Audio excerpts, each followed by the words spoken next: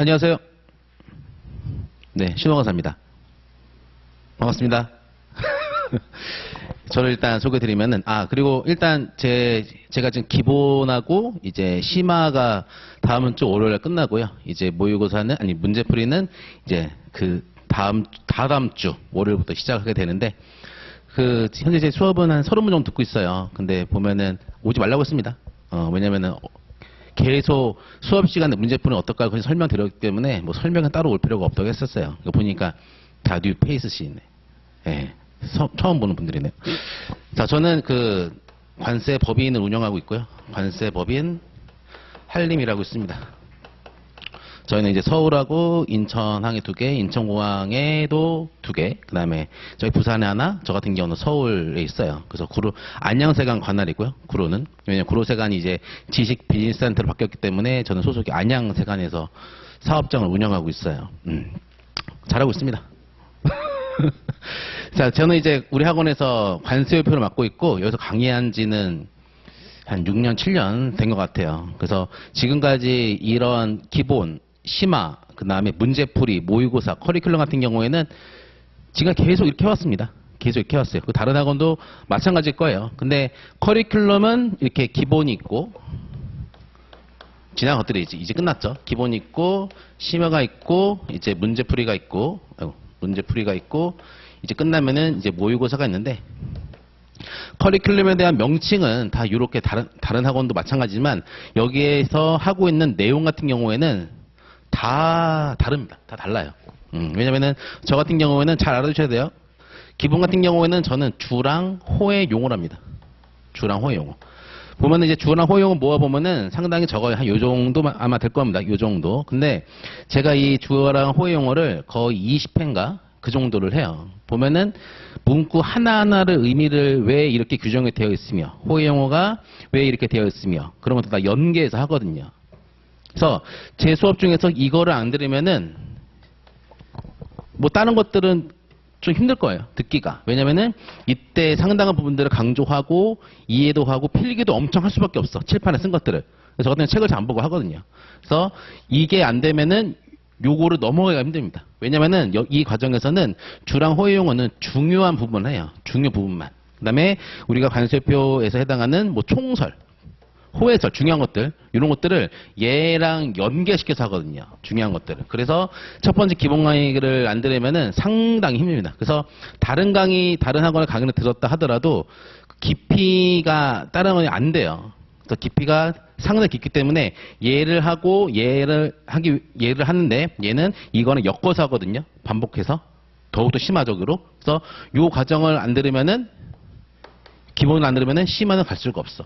그런데 이제 문풀 같은 경우에는 당연히 기본하고 심화를 들으면은 좋죠. 잘 풀 수가 있으니까. 근데 얘랑 안 된 경우에는 조금 이제 문제에 대해서 파악하기가 좀 힘들 수도 있어. 왜냐면은 저는 문제를 이렇게 안 내요. 잘 보세요. 관세포가 문제 아시죠? 관세포가. 자, 보시면은 15부가 있습니다. 15부 같은 경우에는 류의 표제에서 비금속과 이들의 제품이라고 되어 있어요. 하지만 류의 표제는 단순히 참조의 편의상 설정한 것이며 오로지 품목 분류는 관련 주, 그 다음에 호의 이용에 따라 분류합니다. 통치결에 따라서. 네, 15부에서 문제를 하나 보면은 뭐 지난 시간에 한 건데 심화 때 15부에서 만약에 시험 문제가 15부에 복합 물품 규정에 대해서 서술하시오라고 10점짜리 문제가 나왔어. 10점짜리 문제가.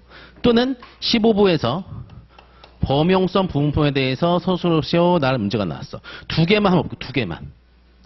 어떻게 쓰냐. 그래서 보면은 시험 문제 같은 경우는 요렇게도 나올 수가 있고 요거를 또 사례 형태로도 나올 수가 있어요. 그래서 우리는 지금 이제 시험 추세가 여러 가지 이제 유형으로 나오기 때문에 모두 다 준비를 해야 돼. 모두 다. 그리고 실제 저희가 문제풀이나 모의고사에서 문제풀이에서 이렇게 시험지를 내면은 여러분들 여기 올 필요가 없습니다. 그냥 15부 주칠이잖아요. 복합물품 같은 경우에 비금속재로 만든 복합물품 문제에 쓰라. 그럼 15부 주칠을 쓰면 되는 거야. 그렇죠? 보면은 여기에 규정 있고 연상하는 거예요. 그다음에 괄호 규정 있고 가장 많은 곳으로 분류된다. 그다음에 뭐가 있어요? 가나 다가 있어. 어떻게 합니까? 철, 합, 서 이렇게 외우지. 철, 합, 서. 그러니까 저는 기본 시간 앞글자를 다 했어요. 앞글자만 해도 한 1000개 돼. 1000개. 1000개가 뭐 더 돼야 되는데 계속 연마다 늘려나가고 있어. 막 지어냅니다. 그래서 철과 강은 동의 종류. 합금 같은 경우 이들이 전부로 구성된 걸 본다. 서메트는 다이나 종류의 금속을 본다. 즉 8113으로 본다. 그렇죠? 이렇게 쓰면은 100점이야. 100점. 근데 지금 말하는 100점은 여러분들이 생각해 100점이지 실제 시험에서 이렇게 쓴다? 여러분들은 한 이렇게 정확하게 쓴다 하더라도 한 6점, 7점밖에 안 나올 것이고 분명히 여러분들은 여기서 중요한 것들을 빼먹습니다. 뭘 빼먹냐? 노란색. 이렇게 정확하게 썼다라고 보세요. 그런데 보면은 여기서 규정에서 비금속이라는 문구가 나옵니다. 비금속이라는 문구가. 이거는 천알피자죠? 비금속의 물품. 비금속 같은 경우는 관세법에서 어디서 규정하고 있어요? 네, 15부 주 3번에서 비금속이라는 도대체 무엇이냐라에 대해서 열거하고 있는 규정이 있습니다. 철망, 논이, 고안에 안죽고서 우물 들이키기, 그것도 2665. 턱몰타망, 코피가, 티잔망. 그렇게 해가지고 쭉 하고 나와 있어요. 그렇죠? 이것이 올해 기출 문제기도 하잖아요. 쭉 하고 앞 글자 따서 외워야 돼. 반면에 반드시 여기에 속하는 것만 관세일부상 비금속이다. 뭐 알칼리 금속, 알칼리 토류 금속, 수은 이것도 금속인가요? 학술상 금속 맞지? 액체 금속. 근데 관세표에서는 이들을 비금속으로 보지 않는다고. 어디에 분류가 됩니까? 얘네들은 2805호에 분류가 돼. 2805호. 관세표상 비금속은 오로지 얘네들만이야. 얘네들만. 그렇죠? 그럼 얘도 언급이 돼야 되는 것이고. 보면은 괄호 안에 통칙에 따라서 15부에 분류되는 부분도 포함한다고 되어 있어. 그렇죠? 이건 뭐예요? 예시가 주전자가 있다. 맨날 주전자지 뭐. 주전자가 있으면 여기에 플라스틱 있어. 플라스틱. 그리고 나머지는 다 비금속이야. 근데 통칙에 따라서 이 물품 구성하는 요소 중에서 비금속이 가장 많기 때문에 플라스틱보다 얘를 15부에 분류합니다. 통칙 2에 따라서. 그리고 통칙 3 가나에 따라서. 그렇죠? 이런 것도 이 규정에 적용시키겠다. 그 통칙에 대한 문구가 나와요. 이것도 서술하는 것이고, 이것도 그렇죠? 그 다음에 보면은 철과 강이라고 되어 있어. 그 관세법에서 선철에 대한 정의가 있고 71호에 강에 대한 정의가 있어요.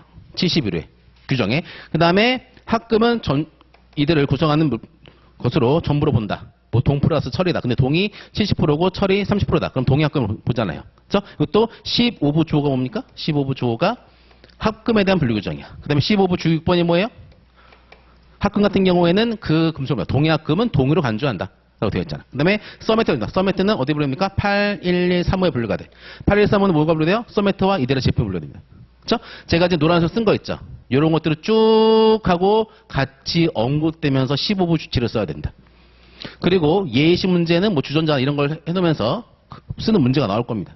그렇죠? 그래서 이러한 문제 하나라도 이렇게 이제 정확하게 출제나 그냥 어린애로 생각해서 글을 써야 돼요. 정확하게 이거를 쓸 수 있냐 그거야. 그래서 이렇게 쓰면은 딱 한 장 나와요. 한 장. 줄여 쓰면은. 근데 단순하게 이렇게만 뽕 하고 쓴다? 그러면은 점수가 상당히 낮을 겁니다. 왜냐? 우리는 절대를 가장한 상대평가니까. 그쵸?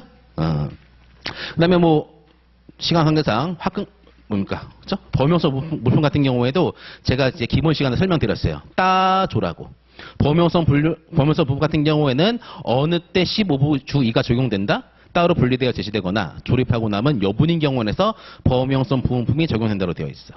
그렇죠? 그래요. 그래서 또 그거 하나 또 쓰는 거고 추가적으로 두 번째 같은 경우에는 관세표에서 일반적인 제품의 부품 어디로 분류된다? 일반적으로 그 제품이 해당하는 호에 분류된다. 일반적으로 .905호야. .905호. 일반적으로 아닌 경우도 있어요. 그런 것들. 그리고 또 언급하고 있는 7307, 12, 15, 17, 18, 20 그런 것들에 대한 호의 용어. 836, 12, 6, 80. 6 같은 경우는 틀과 거울. 이거에 대한 호의 용어. 같이 써야지 점수가 잘 나옵니다. 그러니까 이게 생각을 많이 해야 돼. 그래서 문제풀이 같은 경우에는 이렇게 문제 안 내요. 제 여러분들이 곰곰이 생각할 수 있게 예시 문제가 많이 나오고요. 그 다음에 규정들을 약간 좀 다르게 해서 나옵니다. 근데 그 출제 범위는 주랑 호의 용어가 거의 7, 80%입니다. 벗어나지가 않아요. 그 규정만 정확히 알고 있다면은 모두 다 풀 수 있는 문제만 냅니다. 그래서 그 심화 때도 첫 시간에 한 문제씩 시험을 봤어요. 왜냐하면 문제 풀이 때 좀 못 따라올 수도 있고 한번 맛만 보라 해가지고 심화 때 첫 시간 시작하기 전에 그 제가 문제를 예고를 그러니까 어느 범위만 나온다고 해놓고 심화 때 그 분들이 쓴 적이 있어요. 그렇죠? 그래서 문제풀이는 단순하게 이렇게 문제를 내지 않는다. 그래서 정확하게 예시 문제를 낼 것이다. 그래야지만 여러분들이 저처럼 제가 이 정도 한 것처럼 여러분들이 머릿속에 규정들이 담길 수가 있어. 그냥 그 책만 보면은 한 이틀? 이틀 동안밖에 기억 안 나요. 그리고 어느 날은 방금 봤어. 규정을 방금 읽었어. 근데 1시간 정도 있다가 아까 뭐 봤지? 그렇게 됩니다. 그렇게. 근데 이렇게 예시 문제를 해가지고 해당 규정에 대해서 꼼꼼하게 안다. 그러면 이거는 관에 들어간 날까지 죄송합니다. 눈을 감는 날까지 얘는 그냥 기억나. 그러니까 이런 것들이 예시 문제로서 여러분들이 단단해지는 거라고. 그래서 이런 과정이 꼭 필요하다는 거예요. 그 다음에 그 많이 힘들어하는 뭐 공중합체 그런 것들 있잖아요. 그것도 예시 문제를 풀어야지 여러분들이 쏙쏙쏙 들어가지 안 됩니다. 그렇죠? 그래서 우리 시험이 상당히 그 여러 가지 형태로 나오고 있고 어떤 경우는 주규정만 쓰시오. 어떤 경우는 호의 용만 쓰시오. 라고 문제가 나오고 있는데 그거는 기본이고 뭐 몇 년 전 같은 경우는 옷을 두고 사례형 문제도 막 나옵니다. 그러니까 모든 걸 대비해야 돼. 왜냐? 우리 시험은 1년에 한 번이에요. 1년에 한 번. 오늘 그것만 타겟 잡아서 근데 그게 안 나왔어. 그럼 또 뭐야? 또 1년 지나. 또 안 나와? 1년 지나. 1년 지나. 그러다가 26이 40살 되는 거야. 제가 내년 40살이에요, 40살. 그쵸? 부록입니다. 그러니까 어느 유혹에도 이제 안 넘어가는 나이가 되어 있어요. 그쵸? 뿌듯합니다. 그래서 문제풀이 같은 경우에는 이렇게 이제 문제를 구성할 거예요. 보면은 상당히 놀랄 수도 있어요. 근데 이제 설명을 들으면은 아 이렇게 해서 이렇게 왜 보면서 이제 여러분들이 이게 정리가 될 거야. 정리가. 그래서 보면은 한번 계속해서 이렇게 몇 년 동안 해보니까 확실히 제 자랑 좀 할게요. 아니 잘 안 할 수가 없네. 그러니까 제 거 안 들으면 안 돼요.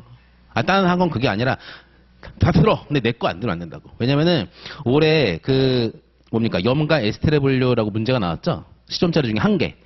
그거를 설명할 수업 시간 한 수 없을걸? 제가 그 수업 시간 기본 들은 사람 있나요? 어떻게 설명했는지? 예술이잖아. 그쵸? 그래서 그렇게라도 염가 에스테레볼료 2절 플러스 4절 그렇게 해가지고 정리해가지고 써야 돼. 그러면 출제자는 감동한다. 감동. 그래서 염가 에스테레볼료 같은 경우에는 그걸 풀므로써 뭐가 정리가 돼요? 28류하고 29류에 대한 분류치기가 정리가 돼. 그쵸? 염 같은 경우는 3 플러스 염기. 에스테레는 뭐예요? 3 플러스 알코올. 그렇죠? 이걸 또 알면 또 뭐가 해결돼? 바이올 디젤. 해결되는 것이고. 그렇죠? 이런 것들이 다 해결되는 것이라고. 다 해결. 그렇죠? 그래서 여러분들이 지금까지 기본에서 주랑 호의 용어, 통치까지 공부했던 것들을 여러분들이 문풀이해서 실력풀이를 하는 겁니다. 그래서 모의고사 같은 거 기다리지 마시고 문풀 때 여러분들이 그 실력들을 많이 쌓을 수 있는 기회예요. 그래서 총 강의를 하게 되면은 절반 잘라가지고 이제 첫 번째 절반은 시점짜리, 그 다음은 5시점짜리 문제 됩니다. 근데 의미 없어. 왜냐면 5시점짜리 뭐냐면은 중요한 류가 있잖아요. 분화류. 그거에 대해서 통으로 한번 정리하는 시간이에요. 그런 것들은. 그래서 상당한 도움이 될 겁니다. 보면은. 그쵸? 그리고 텍스트 같은 경우에도 다 제가 이거 치니까 걱정하지 마시고. 그쵸? 자, 일단 문제풀이 과정을 설명드렸고, 그리고 모의고사 과정을 설명드리면은, 모의고사도 지금 뭐 6, 7년째 진행을 해왔는데, 모의고사 같은 경우에는 약간 좀 시험 스타일로 문제입니다. 시험 스타일로. 그리고 6문제 중에서 한 2, 3개 정도는 뒤에다 쓴 저런 스타일로 문제입니다. 저런 스타일로. 생각을 해야 돼. 생각을 해야지만이 11부 주 1을 시험제 내잖아요. 11부 주 2 혼방에 대해서. 그러면은 11부 주 2만 써라. 또는 11부 주 7만 써라. 그러면은 책을 안 보고 쓴다는 전제 하에 보면은 틀린 게 한 30개 정도만 보여요. 저는 30개 정도. 이게 희한합니다. 보면은 17부 주 3 아세요? 자꾸 제가 어려운 걸 말을 쓰네. 17부 주 3이 뭐예요? 저 17부에 해당하는 수송기계 등에 대한 부음풍 부속풍 규정이지. 89를 빼놓고. 그쵸? 근데 2가지 이상의 류라고 되어 있어. 2가지 이상의 호라고 되어 있어. 호라고 되어 있어. 근데 나중에 모의서 보면은 다 2가지 이상의 류에 해당하는 것 같은 경우는 전용 주 용도에 따라 분류로 되어 있거든요. 17부 주 3이. 근데 거의 10명 중에 1명이 2가지 이상의 류라고 써. 그런 빵점이야. 호라고 되어 있지. 호.